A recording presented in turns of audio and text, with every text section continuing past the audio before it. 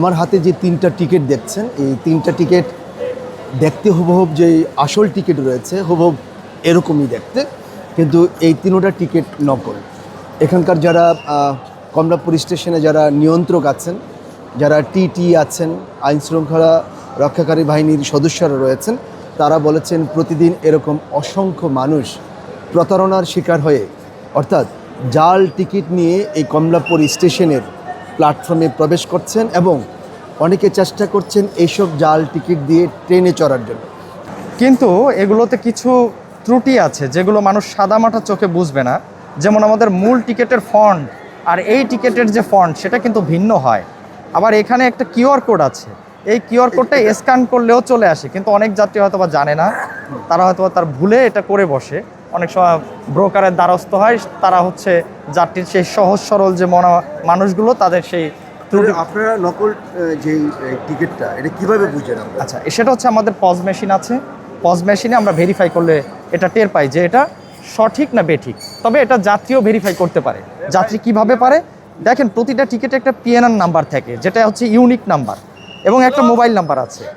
Rail সেবা অ্যাপে ticket verify নাম করে একটা অপশন আছে, সেই অপশনে যদি আপনি পিএনআর নাম্বার দেন এবং মোবাইল নাম্বার দেন, তাহলে ঠিকই আপনার যদি সঠিক টিকিট হয় তাহলে সেটা শো করবে, আর যদি বেঠিক টিকিট হয় তাহলে সেটা আসবে টিকিট নট ফাউন্ড। কিন্তু অনেক সাধারণ মানুষ সেটা বুঝতো না, তখন সাধারণ মানুষকে যারা প্রতারণার শিকার হচ্ছেন তাদেরকে কি বলতে চান আপনি?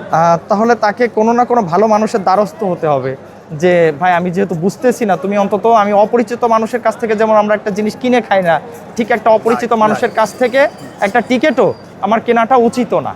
পর্যাপ্ত লোকবল আছে এই দেখাগুলোর জন্য? পর্যাপ্ত লোক বলতে আমরা যতটুকু পারি আমরা আমাদের সর্বোচ্চ সাপোর্ট দিয়ে যাচ্ছি।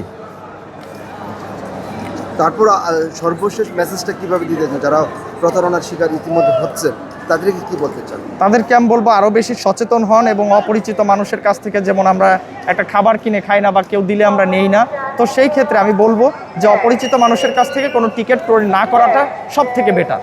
কারণ তাইলে কিন্তু প্রতারণার শিকার ধরা হবে। হ্যাঁ হ্যাঁ, অবশ্যই অবশ্যই। আপনাকে অনেক অনেক ধন্যবাদ ভাই। ঠিক আছে, অনেক অনেক ধন্যবাদ।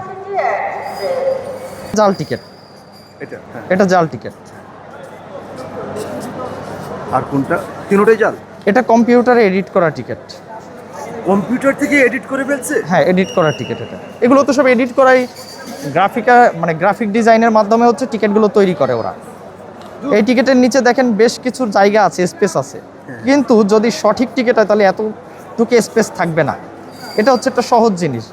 আরও কিছু বিষয় আছে, যেমন আসল টিকিটের ফন্ট আর নকল টিকিটের ফন্ট কিন্তু একটু ভিন্ন হয়, আচ্ছা, যেটা আমরা হয়তো সাধারণ যাত্রীরা বুঝি না। কিন্তু এগুলো হচ্ছে সাদামাটা চোখে অনেকে বুঝবে না প্রথম দেখাতে, কিন্তু যেহেতু আমরা প্রতিনিয়ত এই বিষয়গুলো অবলোকন করতে পারি, সেই ক্ষেত্রে